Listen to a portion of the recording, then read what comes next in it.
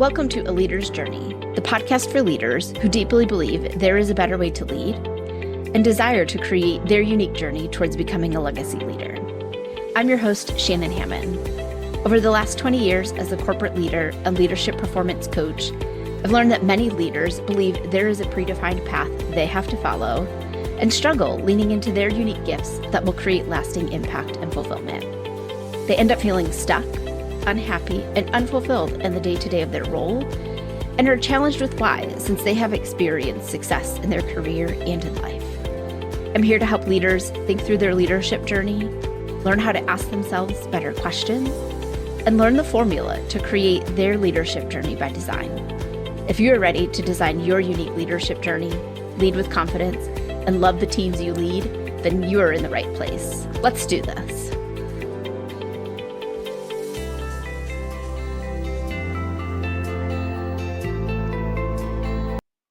Hello, my friends and fellow leaders. Welcome to A Leader's Journey podcast. I'm your host, Shannon Hammond, and I'm glad to have you back here with me this week.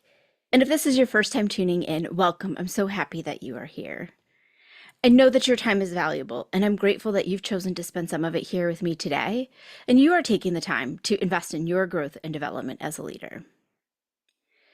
I've noticed lately there is a lot of messaging about catering to Gen Z and how other generations in the workplace, they need to be the ones putting the effort in to learn how to work with them and need to meet them where they are at.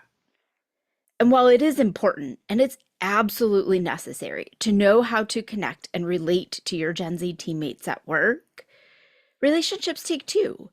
And it's as equally important for Gen Z to know how to connect and relate to other generations in the workplace. So today I'm going to share my thoughts on how Gen Z can connect with older generations, and why it's important that they do their part in fostering good relationships in the workplace. For some odd reason, I haven't seen many articles or podcasts that talk about this. Is it just me? Or is it something that truly is missing from professional and personal development content? If you've seen articles or podcasts around this topic, please share them with me. I'm interested in hearing others' perspectives and being able to see how we all can invest in the relationships that we have in our workplace.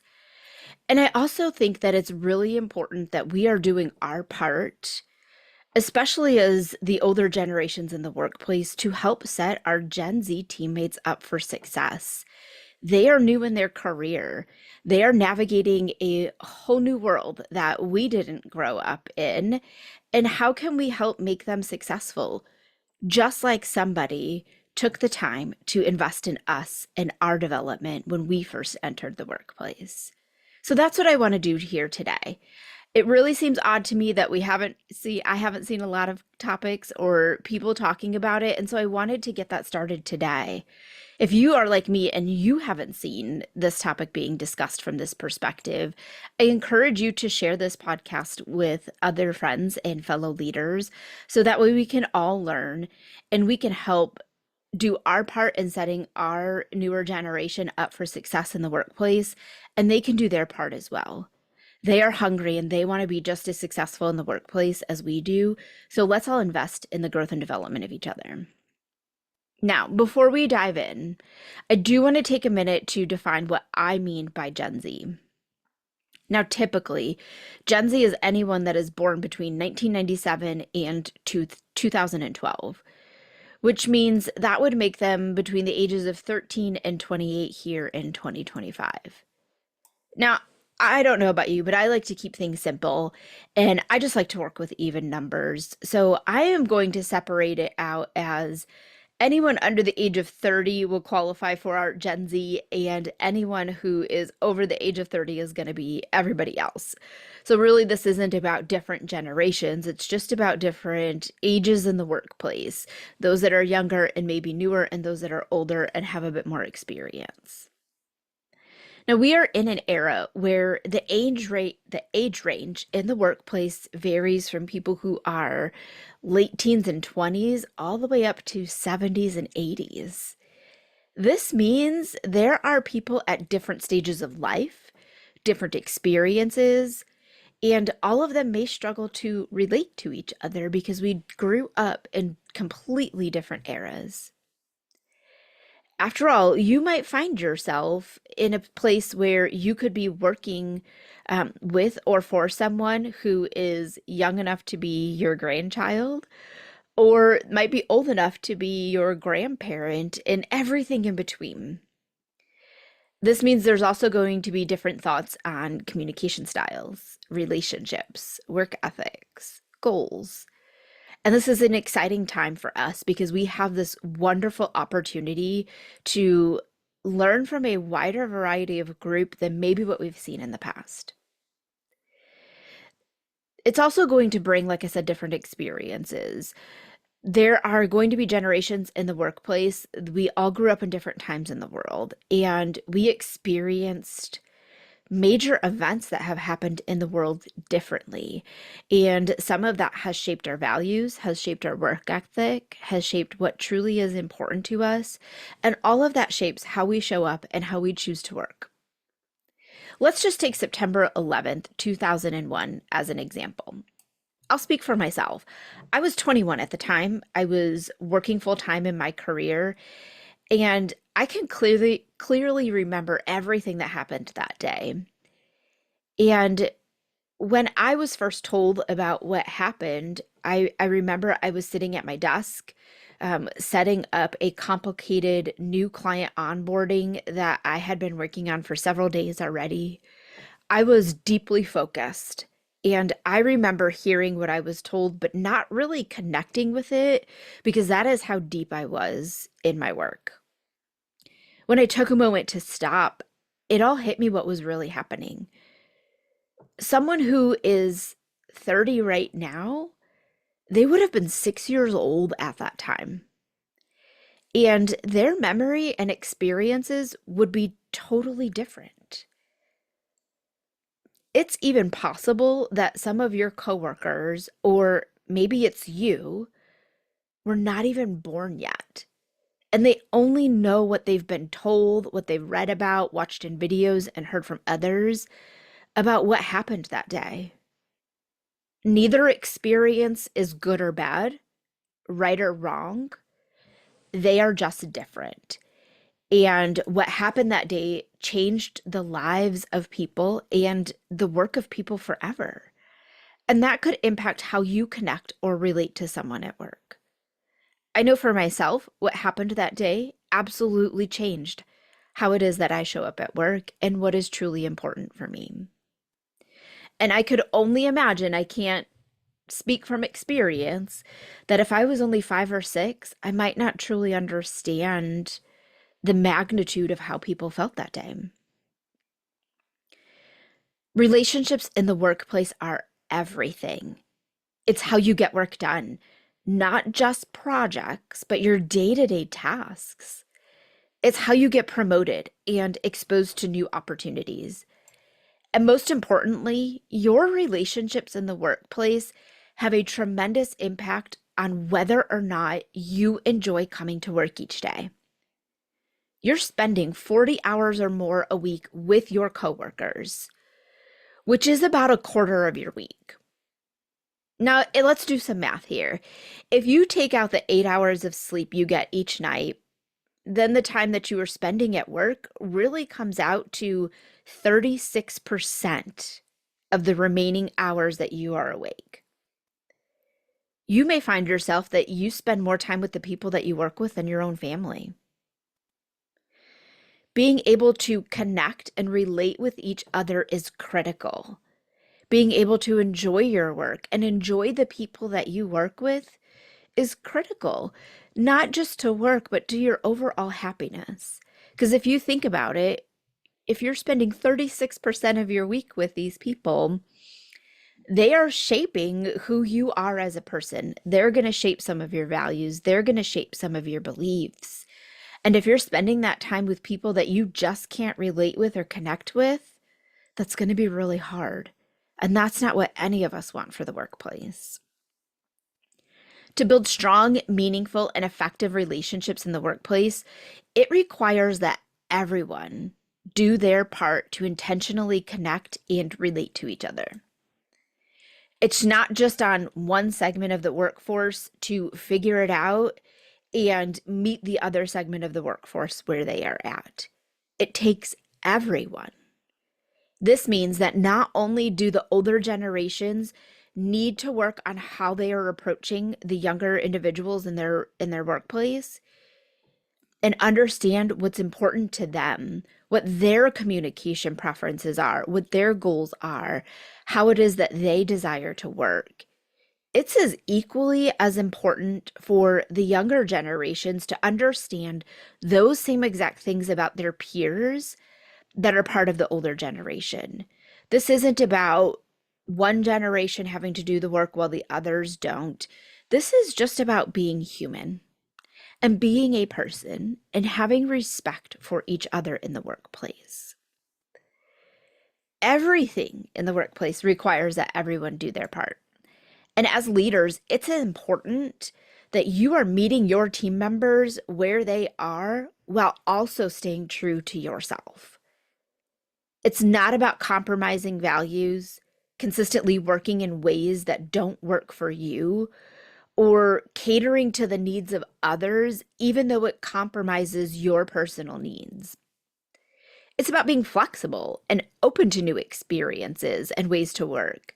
It's about trying new methods, leveraging the best of what works, and having the maturity and humility to know that you don't have all of the answers, even when you are convicted that you are right and your ways are the best. To grow is to change. To grow is to step outside of your comfort zone. To grow is to be open and true to you while treating others with the respect that they deserve. Now, whether you are part of the under 30 group or the over 30 group, there is something here for everyone to learn. I'm going to share with you 5 strategies that I've learned over the years in working with multiple generations in the workplace. Now, much of my career has been spent working with individuals who are newer to the workforce because one of my passions has been giving people their first job or their first promotion. This means that I've heard the challenges on both sides of working with each other.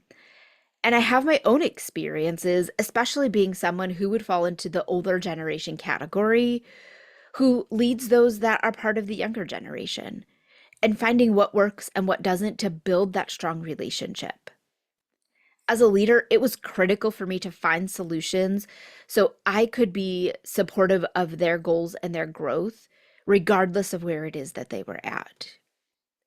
And I will also tell you in that being open to those experiences, not only have I been able to learn things from the younger generation and how I can work more effectively and more efficiently as a leader, I've also been able to share wisdom with them that has allowed them to be more effective in the workplace, to experience growth more rapidly and more in a way that is sustainable for them and that they can carry out through their career.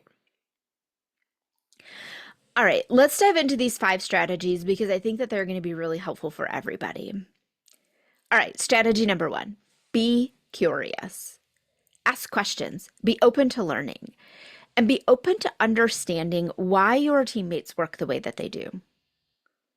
Now, you might find that they are stuck in the way that they've always done things. And if that is the case, that gives you a great opportunity for you to teach them something new, to share your experiences and how things are working for you. You may be hesitant at first to speak up, and I totally get that. Yet I can tell you they want to learn just as much as you do. So it is important for you to share your thoughts and share your experiences with them. Now, you may also find that they have wisdom and experiences that are going to be vital for you to understand. So you can learn from those experiences and may not have to go through that experience the same way that they did or face the same challenges that they did. You might be able to find a more efficient way to progress your career than they did because you can understand what their experiences was, what did and didn't work for them, and how can you adapt that in a way that's going to work best for you. There is wisdom and learnings on both sides to share. The older generation does want the younger generation to succeed, to have a career better than what they have built for themselves, to not experience some of the challenges and pains that they did. And they want to be able to share their wisdom with you. So, leading with questions first really does go a long way. And it opens up the lines of communication, which you never know where that will take you. So, lean in, be curious, ask questions, and don't go into it with a level of conviction that you have all of the answers. All right, strategy number 2, take initiative. Stop waiting for someone in the older generation or your boss or anybody else to approach you. Seek them out. The ball is in your court. Build the relationships with the people that you work with. Reach out to them, even if they don't reach out to you first. Be the first to initiate the conversation and getting to know one another. The older generation, they are going to lose respect for you if you just sit and wait for someone to go first. They are looking for you to step up, and you're not going to hurt their feelings by going first. They will be excited about it. Plus, I guarantee you that there is fear on both sides that is holding each of you back. So take the initiative, be the one to go first, break the ice, and connect. Whether that is in developing the relationships, this would even apply in completing tasks at work. Nobody is going to get their feelings hurt if you take the initiative to get something done or put together a proposal and share it with everybody. Everybody's looking for everybody to step up and do their part. Nobody wants to do all of it themselves. And when you put yourself out there and you start taking initiative, people are going to see you as a leader, as somebody that cares about the team and the organization just as much as they do. So don't be shy. Don't sit back. Take the initiative and put yourself out there.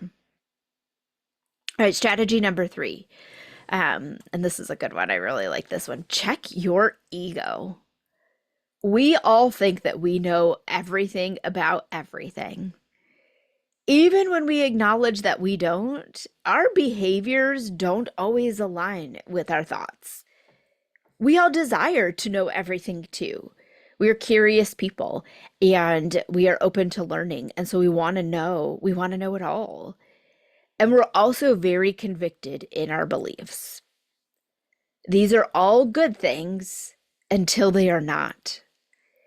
And when you are trying to build relationships at work, your ego is going to be your biggest obstacle. So check it at the door. You may know more about technology, but you don't know more about life. Life experiences are critical in business because they frame your decision making. They frame how you will react or respond in different situations and how you are going to build relationships.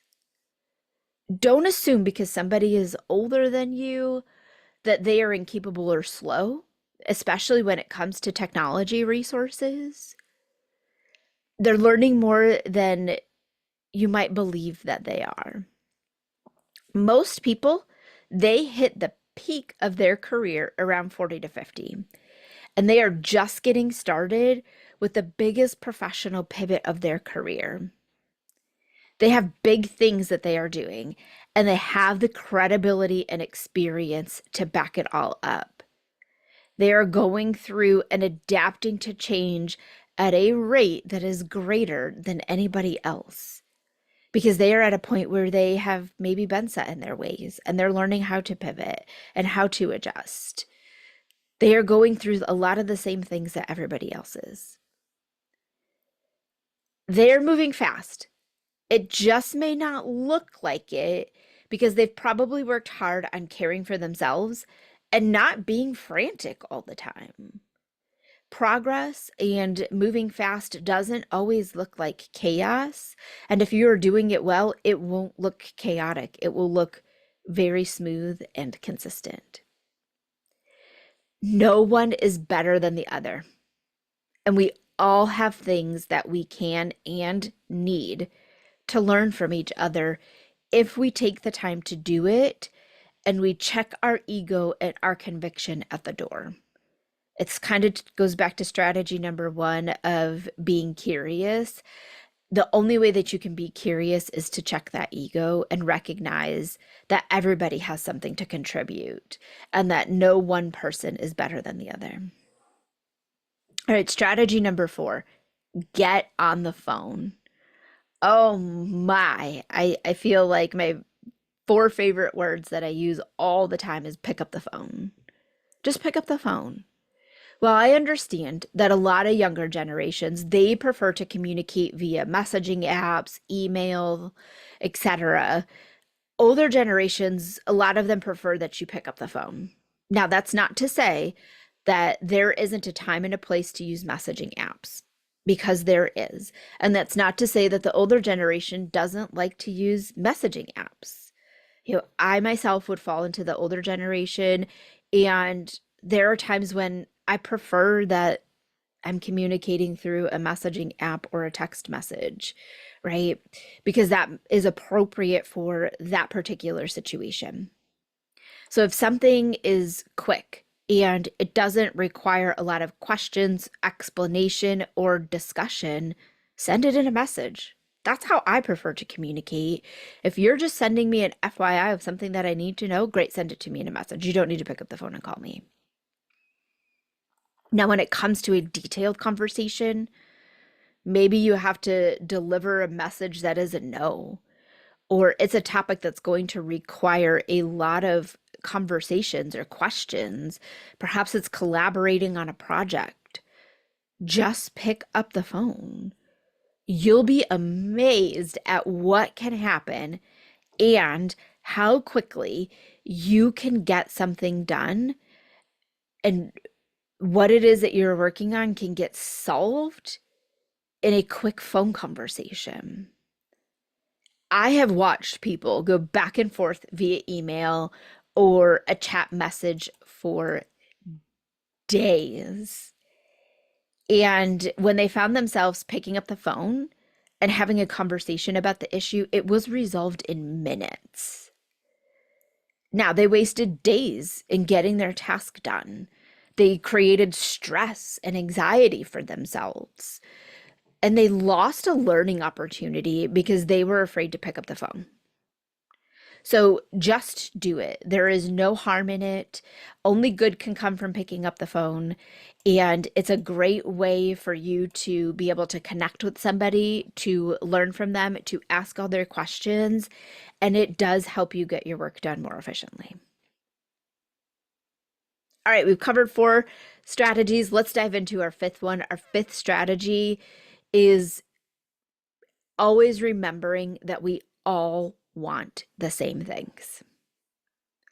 Just because we grew up in different times or we are in different age brackets, our goals might look a little bit differently. There are a lot of things that we all want that are the same. We all want work-life harmony. And notice I don't use balance because I don't believe that it is 50-50. We all want to be able to engage in our work when it's appropriate, yet we all want to be able to engage with life when it's appropriate. And there are going to be times throughout your career where that breakout between work and life might be 30-70, where I'm only going to give 30% because I need to be spending 70% of my time at home. Maybe you're just starting a family and you have a newborn. You might have a spouse or a family member that is going through a major illness. You yourself might be going through that major illness to where you need to step back from work and really focus on things that are happening at home.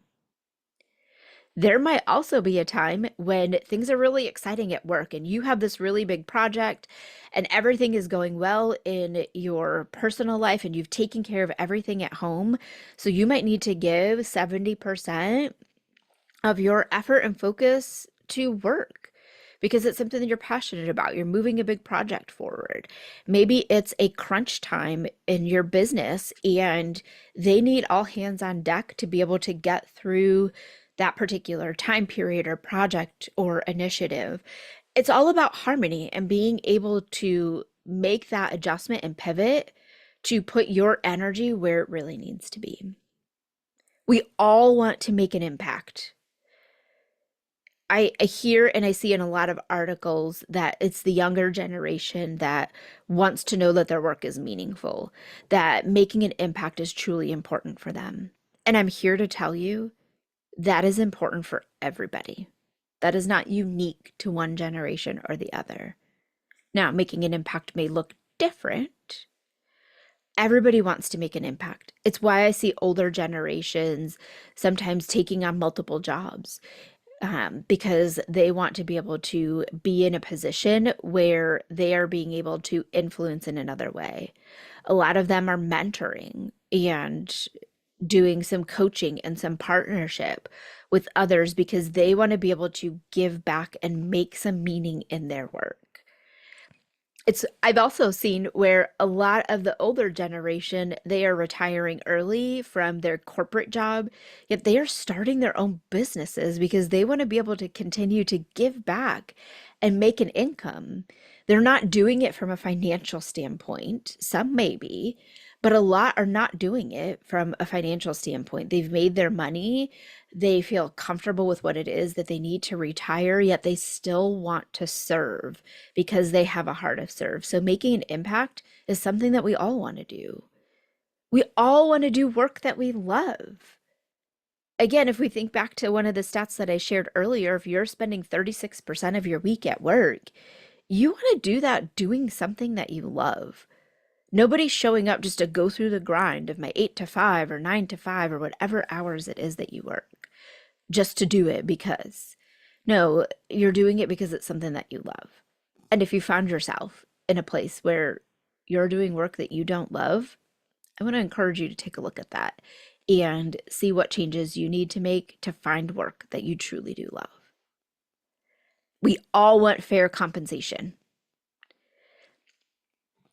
We all want to be compensated financially for our efforts, for our accomplishments, for the experiences that we bring to work, right? We all want to be able to put food on our table, put a roof over our head, and to pay our bills and to be able to take care of our family. We hear a lot about encouraging the younger generations to negotiate your salaries. Older generations need to be comfortable negotiating their salary either. We all want to be paid fairly. That is not something that is unique to one generation or the other. We also all want recognition for our accomplishments. Just because you've been in the workplace for a long time and you have a lot of experiences doesn't mean that you don't want to be recognized for that. That's important to everybody to know that somebody sees the contributions that they're making. And that's also a way that people know how they are making an impact. When somebody comes to me and recognizes me for an accomplishment that I had or for an impact that I made on them, that makes me feel good. That has nothing to do with my age or the generation that I grew up in. That's just how humans are. Everybody wants recognition for the things that they accomplish. They want to know that somebody sees what it is that they're doing, is proud of them, and recognizes the hard work and the effort that they put in. So those are our 5 strategies. Let me just recap them for you. Be curious, be open to asking questions and open to learning. That's strategy number 1. Strategy number 2 is take initiative. Don't wait for somebody else. Just do it. Just jump into the arena and get it done. Strategy number 3 was check your ego. You don't have all of the answers, and we need to remember that we don't have all of the answers. Strategy number 4 is get on the phone. There is a lot of value in a phone conversation. There's a connection there that we all desperately need, even when we say that we don't, we do. So get on the phone and have that conversation. Let somebody hear your voice, your passion, and have an open, honest conversation about whatever it is that you're working on. And strategy number 5 is remembering that we all want the same things. What is wanted out of work is not unique from one generation to the other. It is the same. How we go about it may look different, but what we all desire is all the same. We have way more in common than we do different, and we need to stop focusing on what are the differences between all of us. All right, those are my 5 strategies. I want to recap or wrap us up here. The younger generations, there are some of them who expect people to meet them where they are. And while I do believe that is a very realistic expectation, it's incomplete. You have to be willing to do the same and meet others where they are at. It's all a two-way street. And you will not get in return what you are unwilling to give, regardless of your generation. If you don't meet others where they are, they're not going to do the same for you.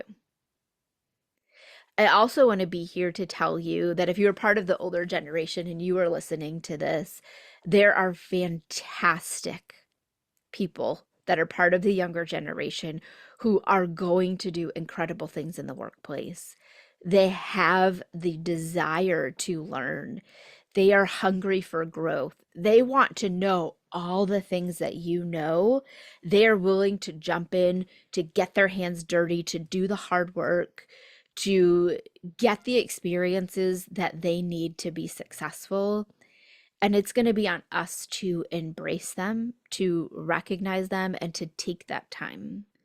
The generational divide in the workplace doesn't have to be a divide. It just is what it is. We all grew up at different times. We're going through different things. There's nothing wrong with that.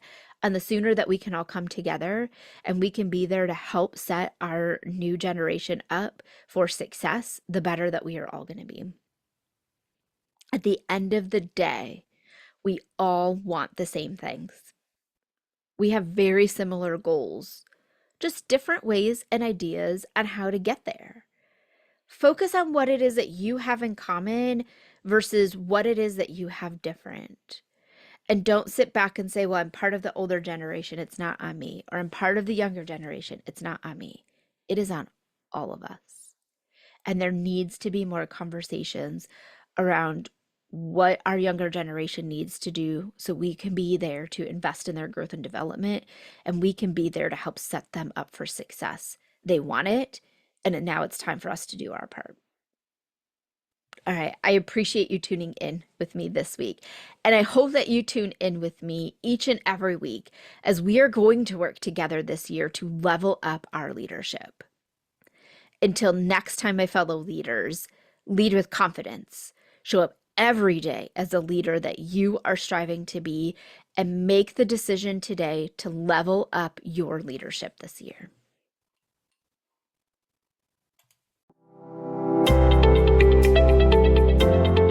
Thanks for listening to A Leader's Journey podcast.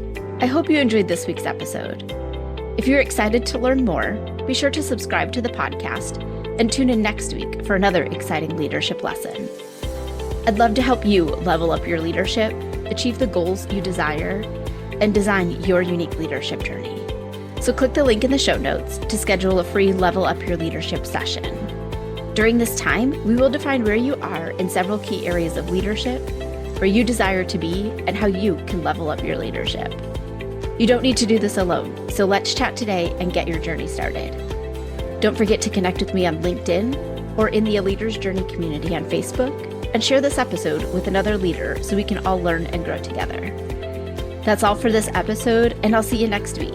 Until then, lead with confidence, show up every day as the leader you are striving to be, and make the decision today to level up your leadership this year.